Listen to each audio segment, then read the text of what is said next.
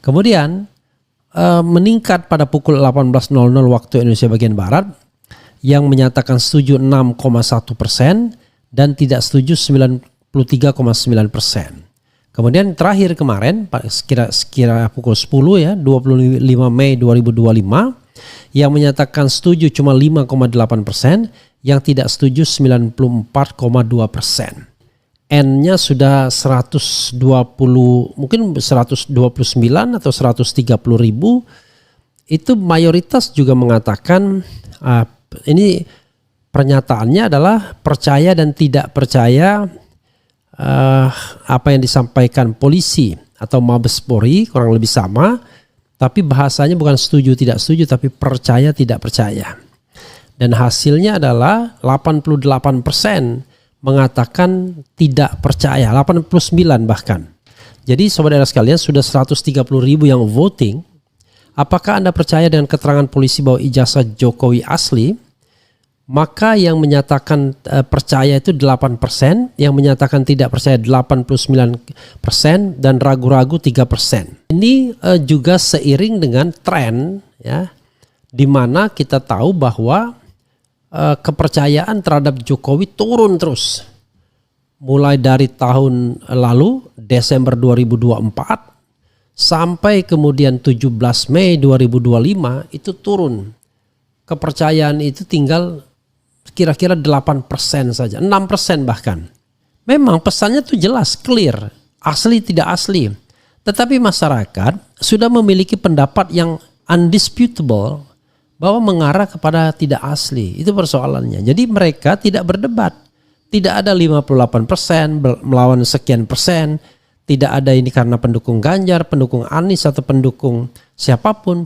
Yang jelas adalah 90% lebih mengatakan tidak setuju, dan kemudian 90% lebih mengatakan tidak percaya, hampir ya. Kemudian tren negatif terhadap Jokowi dan dengan isu ijazah ini sudah mencapai 90% lebih juga. Saya ingin membahas satu soal yang terkait kegagalan komunikasi ijazah asli ya. Kegagalan komunikasi ijazah asli ya oleh pihak Jokowi dan Bareskrim Mabes Polri. Termasuk juga para pendukung sejati ya. Oke, atau para pendukung yang dibeli ya. Jadi kalau kita lihat misalnya sehari setelah pengumuman Mabes Polri, saya minta teman saya Lisa untuk mengecek big data. Bagaimana mereka setuju atau tidak setuju dengan apa yang disampaikan Mabes Polri. Jadi kata-katanya setuju atau tidak setuju, belum percaya dan tidak percaya. Percaya dan tidak percaya itu di RH Channel ya. Nah, setuju tidak setuju ternyata hasilnya ya pada pukul 09.00 WIB 23 Mei 2025 atau sehari setelah pengumuman Bareskrim Mabes Polri, yang menyatakan setuju itu cuma 11,8. Yang menyatakan tidak setuju 88,2%. Bayangkan.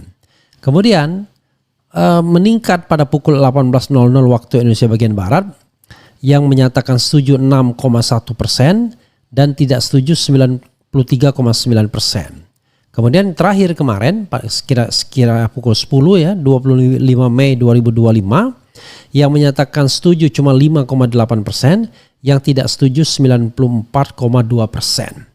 Jadi bayangkan betapa mutlaknya orang yang menyatakan tidak setuju dengan apa yang diumumkan atau apa yang menjadi hasil dari Bareskrim Mabes Polri.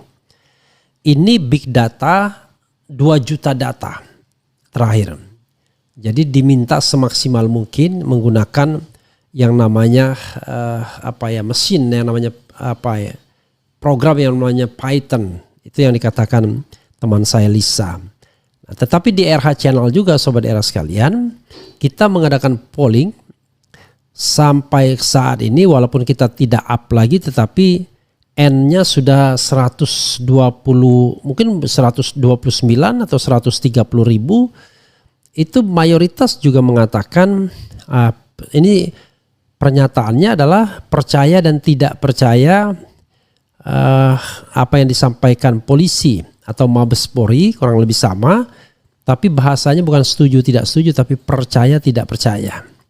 Dan hasilnya adalah 88% mengatakan tidak percaya, 89 bahkan. Jadi saudara sekalian, sudah 130.000 yang voting. Apakah Anda percaya dengan keterangan polisi bahwa ijazah Jokowi asli? Maka yang menyatakan percaya itu 8%, yang menyatakan tidak percaya 89%, dan ragu-ragu 3%. Seandainya ya ragu-ragu ini kemudian kita belah dua, maka angkanya 90% juga. Karena variabelnya ini 3. Kalau yang tadi setuju tidak setuju variabelnya 2. Jadi saudara sekalian, ini juga seiring dengan tren ya, di mana kita tahu bahwa kepercayaan terhadap Jokowi turun terus. Mulai dari tahun lalu Desember 2024 sampai kemudian 17 Mei 2025 itu turun. Kepercayaan itu tinggal kira-kira 8% saja, 6% bahkan. Ya, kepercayaan itu sentimen negatif, bukan kepercayaan, sentimen negatif ya, sorry. Jadi sentimen negatif itu sampai 93,9%. Jadi mutlak sekali angkanya, baik di big data maupun polling RH channel. Jadi dari 3 indikator ini saya bisa simpulkan kampanye ijazah asli itu gagal, baik sebelum maupun setelah pengumuman Bareskrim Mabes Polri. Banyak masyarakat yang tidak percaya tetap dengan apa yang disampaikan mengenai cerita tentang ijazah asli. Nah, ini sebuah realitas yang saya ungkapkan. Sudah saya sampaikan dalam press conference juga. Dan kalau seandainya pihak TPUA berharap ada yang namanya penyelidikan ulang terhadap kasus ini atau penyelidikan khusus, saya kira make sense.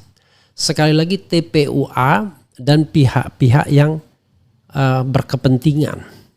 Tapi yang jelas ini TPUA ya, tim pembela ulama dan aktivis yang kemudian melaporkan soal dugaan penggunaan ijazah palsu atau dokumen palsu ke Bareskrim Mabes Polri pada tanggal 9 Desember yang kemudian ditindaklanjuti pada tanggal 10 April baru ditindaklanjuti.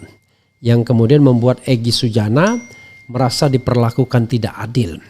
Jadi saudara sekalian, ada beberapa alasan mengapa mereka tidak setuju dengan apa yang disampaikan Mabes Polri. Kalau kita lihat misalnya apa yang disampaikan teman saya Lisa ya, dia mengatakan ya beberapa alasan yang menjadi keyword kata kunci yang kemudian menyebabkan orang tidak percaya, tidak setuju dengan hasil dari Mabes Polri.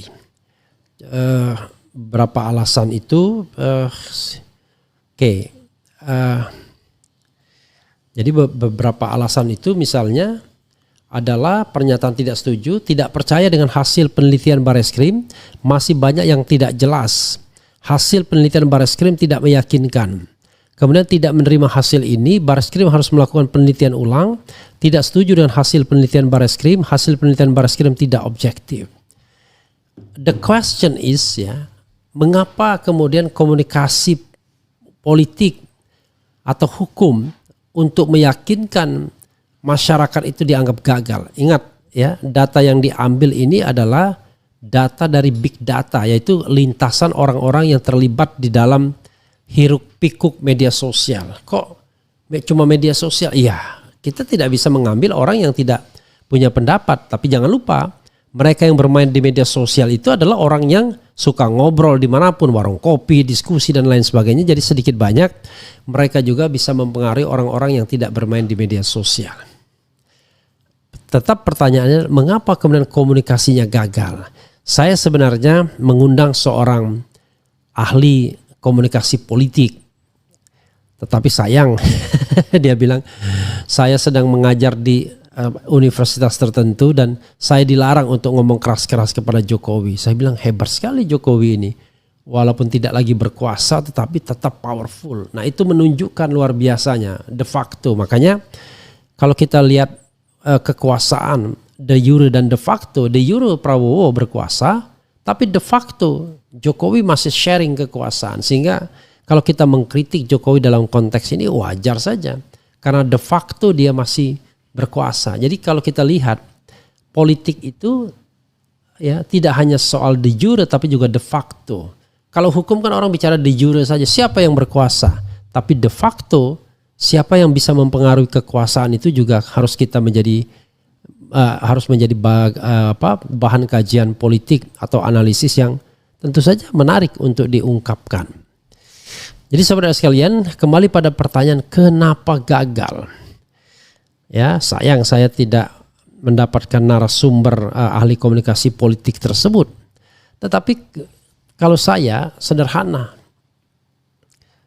yang namanya kebenaran, keadilan dan kejujuran itu akan menemukan jalannya sendiri. Mungkin tidak laku di Bareskrim, mungkin tidak laku di mereka-mereka yang mencari keuntungan dari berbohong. Kan seperti kata Plato, orang yang mengungkapkan kebenaran itu cenderung dimusuhi oleh mereka yang mendapatkan keuntungan dari kebohongan yang ada. Karena itu saya mengatakan ya kebenaran, kejujuran dan keadilan itu menemukan jalannya sendiri. Salah satunya adalah dari publik.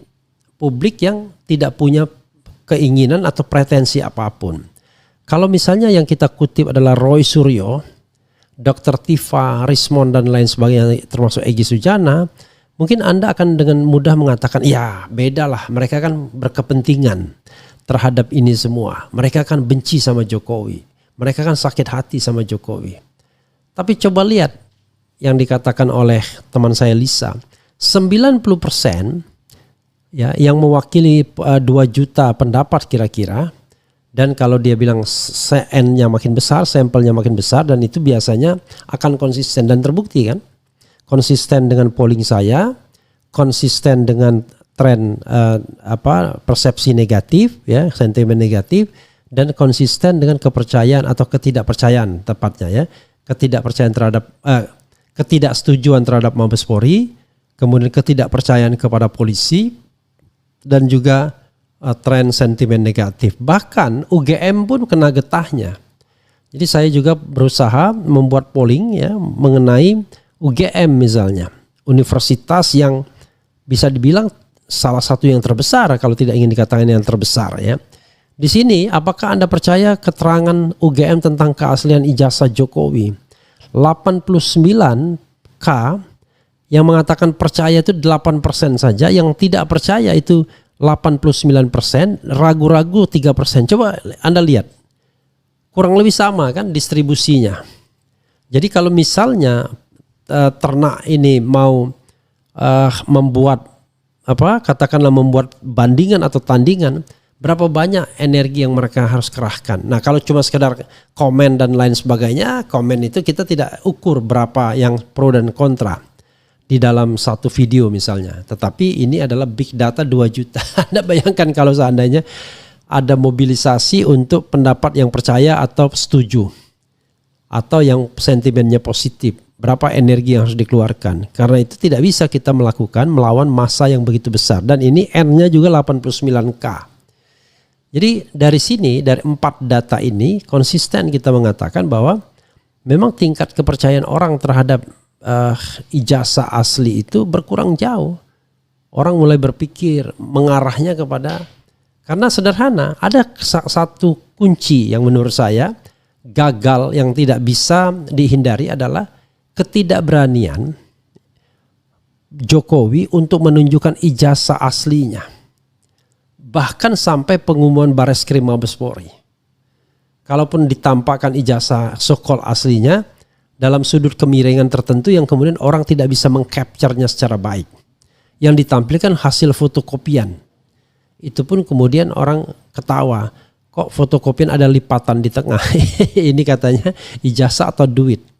Dan harusnya fotokopian yang ditampilkan yang dilegalisir itu kan nggak ada legalisirnya kalau tidak salah. Ada ya capnya, apakah capnya merah ataukah nggak ada. Jadi sobat era sekalian,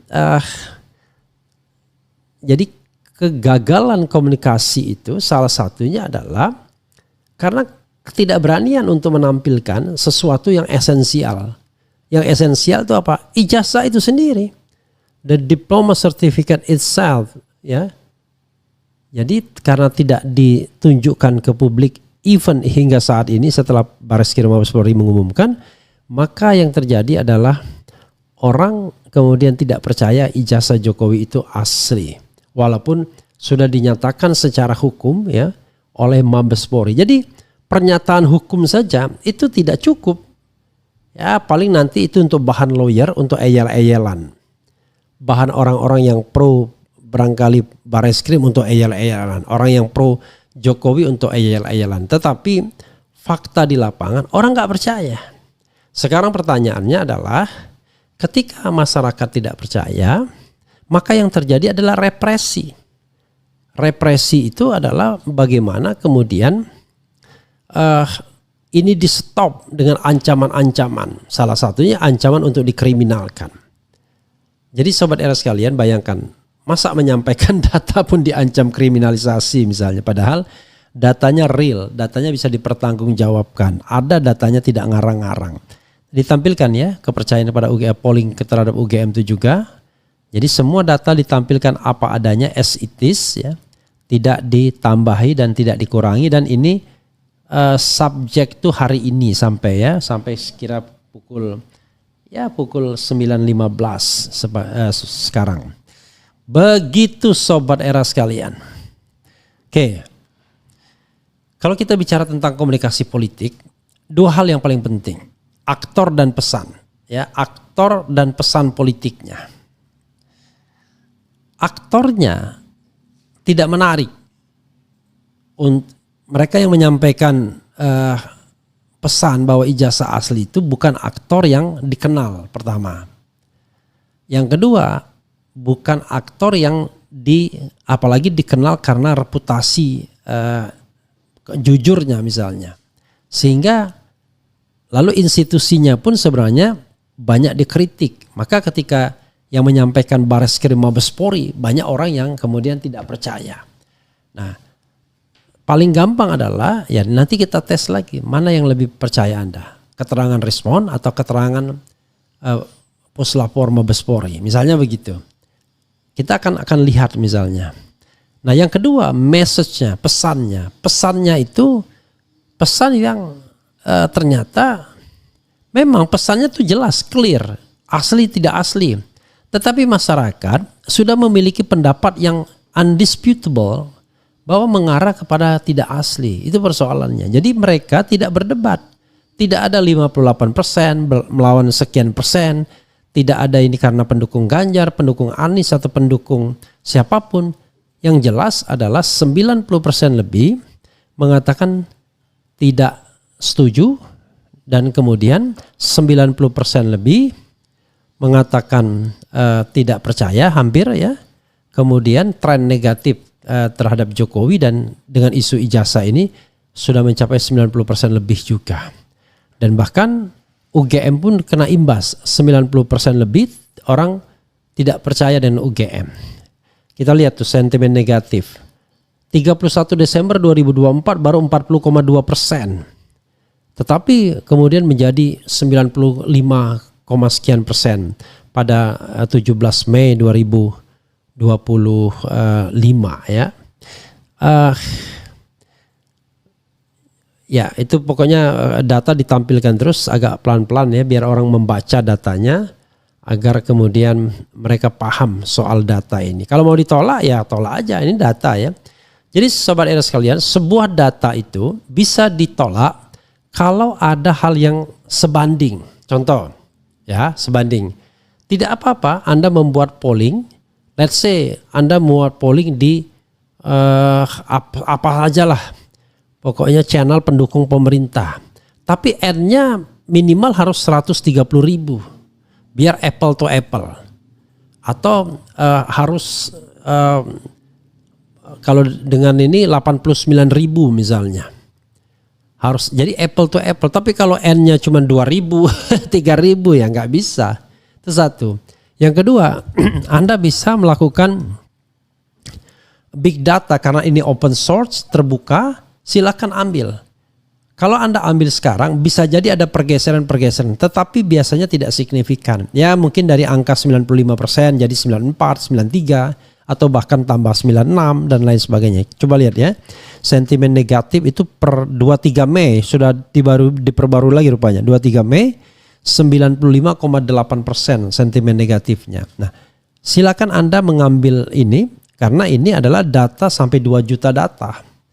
Sebagaimana disampaikan oleh teman saya Lisa. Jadi sobat era sekalian, sekali lagi ya, ternyata undisputable, orang kemudian tidak berkelahi lagi.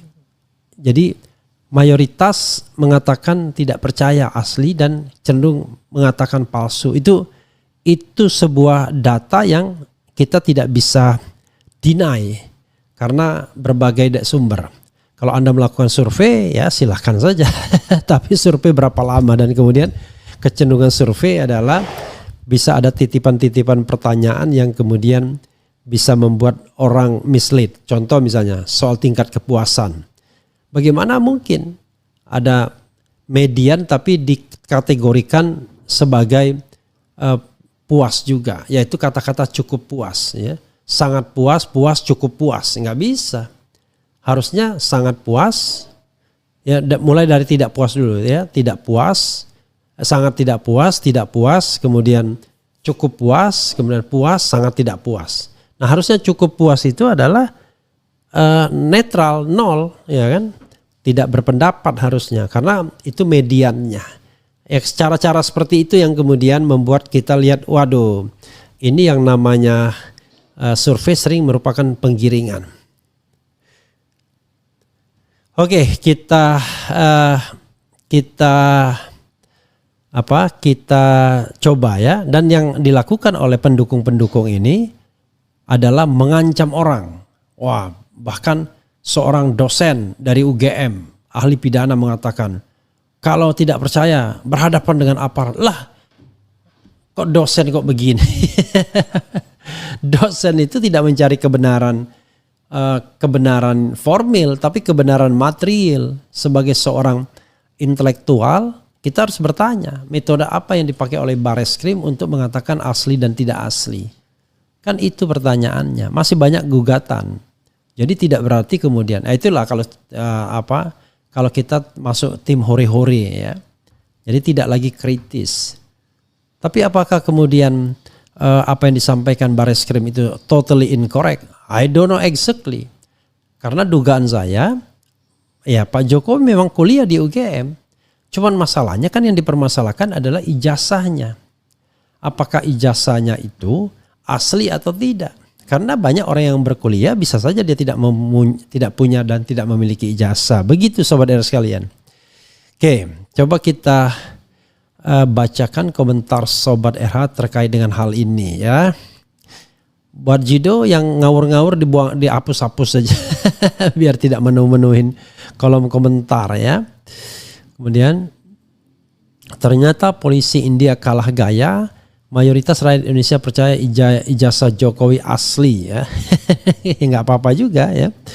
Kemudian menyatakan asli tapi tidak bisa menunjukkan aslinya, ya sama saja bohong. Teguh Santoso dikira setelah diumumkan terus isu ini hilang, nggak semudah itu Ferguson. Kemudian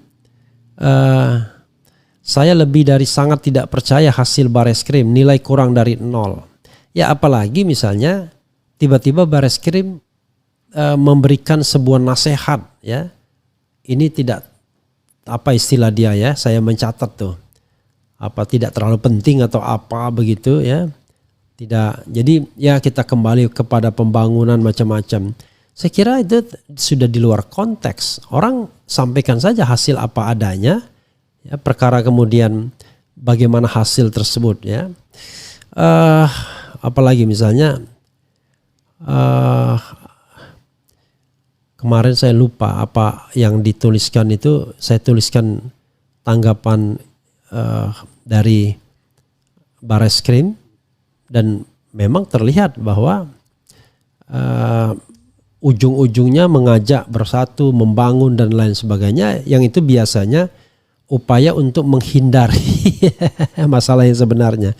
Kan ini kan kita sedang adu integritas gitu. Apalagi kalau kita lihat misalnya ijazahnya ditampilkan ada foto yang ada foto yang tidak punya kacamatanya, itu agak berbeda. Tapi nggak usah ditampilkan dulu ya. Biasalah sekarang ini kekuasaan sedang mencari-cari kesalahan orang yang mengatakan ijazah itu tidak asli begitu. Jadi yang diancam-ancamin, kok kebenaran kok dengan ancaman. Kebenaran itu fleksibel, kebenaran itu lentur, maksudnya kebenaran itu percaya diri ya. Jadi tidak menggunakan instrumen koersif untuk memaksa orang percaya dengan kebenaran. Tapi kalau menggunakan instrumen koersif untuk membuat orang percaya, nah itu berarti kepercayaan yang patut diragukan. Karena kepercayaan yang tidak percaya diri artinya. Tidak percaya diri kan susah ya. Kemudian, aku percaya ijazahnya asli dari UGM, tapi tidak percaya cara mendapatkannya sesuai perkuliahan dari semester 1 sampai selesai. Gitu Bang RH ya. Kemudian yang ngata-ngatain saya remove ya. Saya setuju ijazah Pak Jokowi diselidiki Pak Refli, tapi yang harus bareng sama-sama dengan ijazah SBY, Bu Mega, dengan Pak Prabowo. Jangan cuman Pak Jokowi dong, gitu aja dah. Itu tidak relevan bro. Ijazah mereka kan tidak dipersoalkan. Tapi kalau seandainya dipersoalkan, kan kenapa gini? Kenapa orang melaporkan? Karena ada bukti permulaan. Ya, ada sebuah indikasi. Nah ini bermula dari tulisan Bambang Tri kan begitu. Yang yakin 100%. Bahkan dia bilang tembak kepala saya kalau ijazah Jokowi asli. Nah, tentu orang tergelitik kan. Maka kemudian Bambang Tri melalui TPUA mengajukan gugatan perbuatan melawan hukum. Belum selesai gugatan itu diproses, tiba-tiba Bambang Tri ditangkap karena dianggap menyebarkan berita bohong. Nah begitulah cara kekuasaan untuk melindungi sesuatu yang mungkin tidak benar. Jadi menebarkan teror, menebarkan ancaman. Inilah hari-hari belakangan ini untuk menghalau orang yang tidak percaya dengan Bareskrim misalnya, ancaman yang ditebarkan. Macam-macam lah pasal-pasal pidana yang barangkali bisa diancamkan. Karena itu sekali lagi ya, patuh pada putusan MK bahwa institusi tidak boleh tidak kebal dari kritik. Bahkan itu bagian dari civil society. Jadi jangan jeruk makan jeruk. Jangan melayani orang melaporkan A, melaporkan B, lalu kemudian nyilih tangan orang lain. Nggak boleh ya. Itu kalau penegak hukum tidak taat hukum, kemana lagi kita akan melihat masa depan negara hukum Indonesia ini? Atau Pak Prabowo tidak peduli? Nah, saya prihatin kalau tidak peduli ya. Kemudian Joko akan tetap dilindungi karena sewaktu masih menjabat dia menjalankan politik sandra kasus. Jadi bayangkan kalau semua terungkap maka banyak para pejabat negara akan dipenjara. Saya tidak lagi percaya 1000% ijazah yang dibeli slang sang mantan lurah Konoha mintanya asli tapi diberikan broker aspal. Kemudian ada pertanyaan satu, apakah sudah tidak ada integritas di aparat dan pejabat di negara ini? Dua, apakah hanya polisi tidur dan patung polisi yang jujur? I don't know exactly ya. Assalamualaikum Bang RH, kami orang kampung aja nggak percaya kalau ijazah itu asli. Don't touch me kenapa? Kok di delete? Kan biasanya don't touch me bagus tuh anunya. Apa? Hah? Ya tetapi kalau spam komentarnya bener nggak apa-apa gitu, jangan di ini kan. Oke lah saya aja yang membuangnya, jangan kamu yang membuangnya. Gitu. Kadang-kadang memang ada yang spam, tapi spamnya baik nggak ada masalah ya. Gitu. Oke. Apa isinya don't touch me ya. Yang tidak menghargai ijazah asli itu orang yang suka menyepelekan perjuangan. Cukup sudah Kasmujo sebagai saksi hidup kebohongan Wiwi. Nah, jadi sobat era sekalian, ya, yang menarik adalah soal Kasmujo. Sama sekali Bareskrim Mabes Polri tidak tertarik untuk mengundang Kasmujo. untuk dimintai klarifikasi. Satu, karena Kas Mujo memiliki fakta yang berbeda dengan apa yang disampaikan Jokowi di Desember 2017 bahwa dia adalah dosen pembimbingnya. Itu yang harus kita pahami.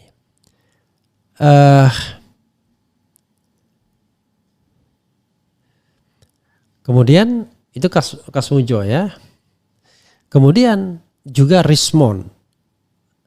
Kemudian Roy Suryo, Dr. Tifa. Kan dalam konteks Mabes Polri mereka kan bukan pelapor. Mereka orang yang memiliki a different opinion. Lah, kok malah mereka tidak dimintai keterangan? Kan keterangan mereka harusnya berharga untuk mencapai kebenaran hakiki. Tapi kalau dasarnya memang ingin melindungi Jokowi agak susah juga sebenarnya. Kan begitu. Apalagi ya?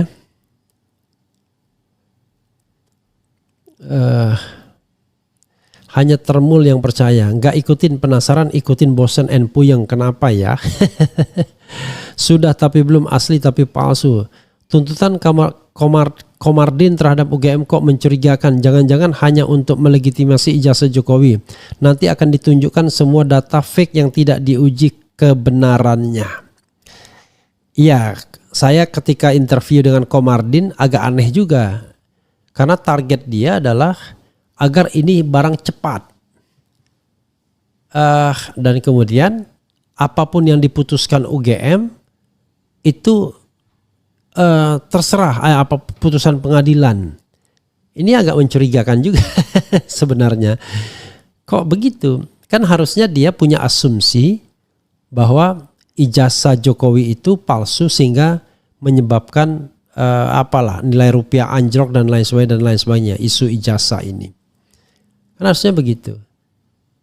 Jadi agak aneh juga, tapi nantilah kalau kita ketemu Komardin ya.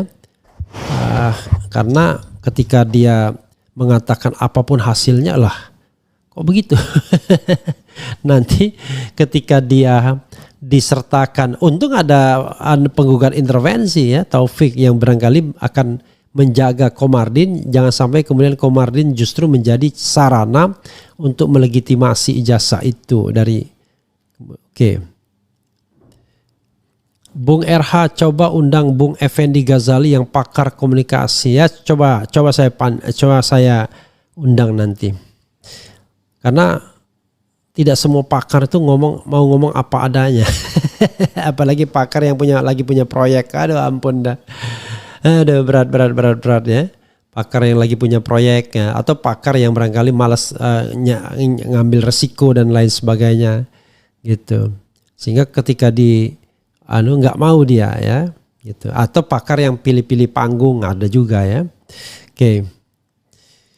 Menurut Bung RH, apa strategi efektif dan tepat yang harus dilakukan Bapak Presiden Prabowo dalam rangka menyelesaikan proyek? Tidak usah pakai strategi, tunjukkan keberanian saja. Perintahkan penegak hukum untuk bertindak benar sesuai dengan undang-undang, lurus, ya kan?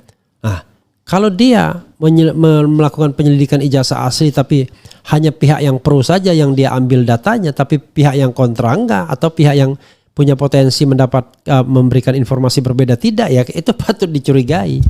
Masa dalam proses penyelidikan Rismond tidak dilibatkan? Kemudian Dr. Tifa tidak dipanggil, Rosuryo tidak dipanggil untuk memberikan keterangan sebagai ahli loh. Bukan sebagai keterangan untuk dijadikan tersangka sebagaimana sebagaimana Polda Metro Jaya. Kan lucu. Mereka bukan kriminal, mereka mau dikriminalkan karena pendapat mereka, kan itu soalnya. Sementara pendapat mereka sendiri tidak diminta, tidak diuji oleh Bareskrim Mabes Polri. Oke. Hasil uji Bareskrim sudah ditebak dari awal, jadi tidak kaget, gampang, tinggal satu langkah uji otentik ijazah clear. Di pengadilan pengujiannya independen, selesai kasus ini. Tidak yakin juga kalau pengadilan independen, tapi paling tidak terbuka dan transparan. Nah, dari keterbukaan dan transparansi itulah kemudian masyarakat bisa menilai apakah pengadilan ini jujur atau tidak. Oh, kalau begitu, yang benar itu adalah kalau ijazah Jokowi dinyatakan palsu, itu baru benar. Oh ya enggak. Yang kita tuntut adalah sebuah metode yang ilmiah, transparan, akuntabel, dapat dipertanggungjawabkan dan berintegritas. Sepanjang kaedah-kaedah itu terpenuhi, apapun hasilnya orang nggak masalah. Bagaimana kemudian mengungkapkan bahwa ijazah asli ditampilkan saja? Tidak, yang aslinya itu kan kacau. Harusnya kan ditampilkan dalam bentuk yang lurus. Nih silahkan kalau mau dipermasalahkan dan lain sebagainya. Jadi kemunculan Andi Pramaria, kemunculan orang-orang yang ngomong dan lain sebagainya, itu a big question. Jadi kalau orang yang paham betul soal seperti ini, udahlah, kita tahulah ini permainannya seperti apa. Tetapi kita tidak bisa ngomong apa adanya. Karena tadi hadangannya adalah kriminalisasi dan lain sebagainya. Jadi orang yang mau main kriminalisasi, adu polisi dan lain sebagainya, dia tidak cukup percaya diri untuk berdebat. Kalau percaya diri untuk berdebat, ya jangan main kriminalisasi, berdebatlah sampai habis-habisan, sampai kemudian masyarakat lebih percaya siapa? Lebih percaya ijazah asli atau ijazah tidak asli? Tapi kan kebenaran bukan milik masyarakat, iya. Tetapi hati nurani masyarakat tidak bisa dibohongin, itu soalnya.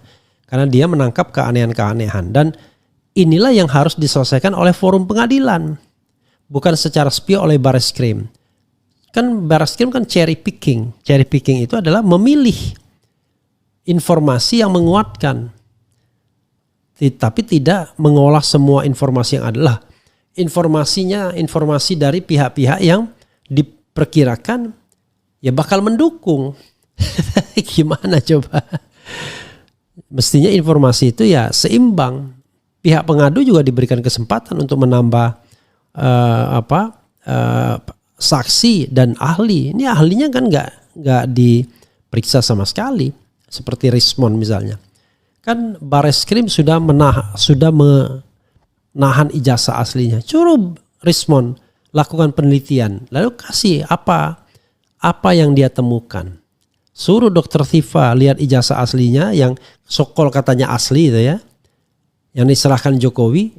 Suruh Roy Suryo juga, lalu yang independen lainnya, semua ahli.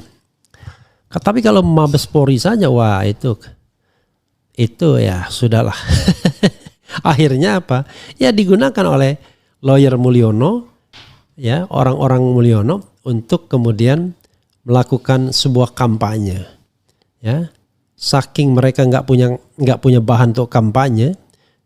Soal saya menolak disebut pendukung Roy Suryo aja mereka ribut. Mereka kapitalisasi, sudah mulai buang badan. Nggak ada buang badan bro ya. Masa saya ini bukan pendukung Roy Suryo, saya ini teman Roy Suryo. Saya berada di samping dan bahkan kadang-kadang di depan. Ngapain saya di belakang kayak orang kurang kerjaan? Di belakang itu orang yang cuma dorong-dorong aja tapi tidak berani menyampaikan pendapat, cuma berani hore-hore. Itu pendukung namanya, tim hore-hore. Nah, kalau Anda pendukung kekuasaan berani ngomong karena Anda mau menjilat. Dan tidak ada konsekuensinya kalau ngomong membela kekuasaan itu. Justru berlomba-lomba. Tapi kalau mengkritik kekuasaan, nggak banyak orang berani. Paham ya? Karena konsekuensinya itu berhadapan dengan kekuasaan. Para pengkritik itu, ya, itu kemudian di stop di mana-mana. Bahkan sumber rezekinya pun bisa dihilangkan. Tapi para penjilat kekuasaan itu bisa hadir di mana-mana ya. Sebagai broker dan lain sebagainya. Begitu ya, kita harus paham. Jadi kalau dibilang saya pendukung Roy Suryo, enggak, saya bukan pendukung, saya temannya Roy Suryo. Saya ada di samping dia, ada di depan dia kadang-kadang. Dan saya bukan hanya mendukung, tapi saya juga berpendapat sesuai dengan hati nurani dan keyakinan saya. Gimana? Kalau pendukung itu nggak berani berpendapat, kecuali pendukung kekuasaan. Nah, pendukung kekuasaan itu berani itu baru berpendapat. Ya, tapi kalau pendukung orang yang kritis, wah itu belum tentu berani pendapat. Hore-hore aja. Begitu disuruh, ayo. Kalau disuruh berpendapat, oh jangan saya lagi begini, saya lagi begitu, saya ada proyek, saya lagi ngajar. Allahu Akbar. Begitu saudara sekalian ya. Mudah-mudahan ini paham ya. Dan kita mendapatkan terus kebenaran. Saya nasihatkan kepada teman saya yang ketika mau diinterview nggak berani, katanya saya lagi ngajar di Universitas X dan sudah ditegur agar tidak keras-keras terhadap Jokowi. Saya bilang hebat sekali Jokowi, berarti dia masih punya kekuasaan secara de facto. Jadi wajar kalau dia dikritik kan. Orang yang berkuasa kan kita harus ingatkan kan ini. Power tends to corrupt, absolute power corrupt absolutely. Itu satu. Dan yang kedua saya bilang, yang namanya ilmu itu harus akan dipertanggungjawabkan di akhirat kelak. Sebagai seorang ilmuwan, Anda memiliki tugas profetik untuk menyampaikan kebenaran. Tapi kalau kebenaran itu tidak Anda ucapkan karena Anda lebih takut manusia dibandingkan Allah Subhanahu wa taala, maka Anda akan dihisap nanti, akan dipertanggungjawabkan di akhirat. Ya. Ilmu Anda, harta Anda, dan lain sebagainya. Ya, kita bukan manusia yang tidak berdosa. Berdosa setiap hari membuat dosa, tapi maksud saya adalah kita selalu senantiasa saling mengingatkan ya dalam kebaikan ya. Wa tawassau bil haqqi wa tawassau bis sabr. Jadi saling mengingatkan dalam kebaikan dan dalam kesabaran. Begitu sobat era sekalian. Mudah-mudahan apa yang saya sampaikan bermanfaat pagi ini. Itu saja ya. Wassalamualaikum warahmatullahi wabarakatuh.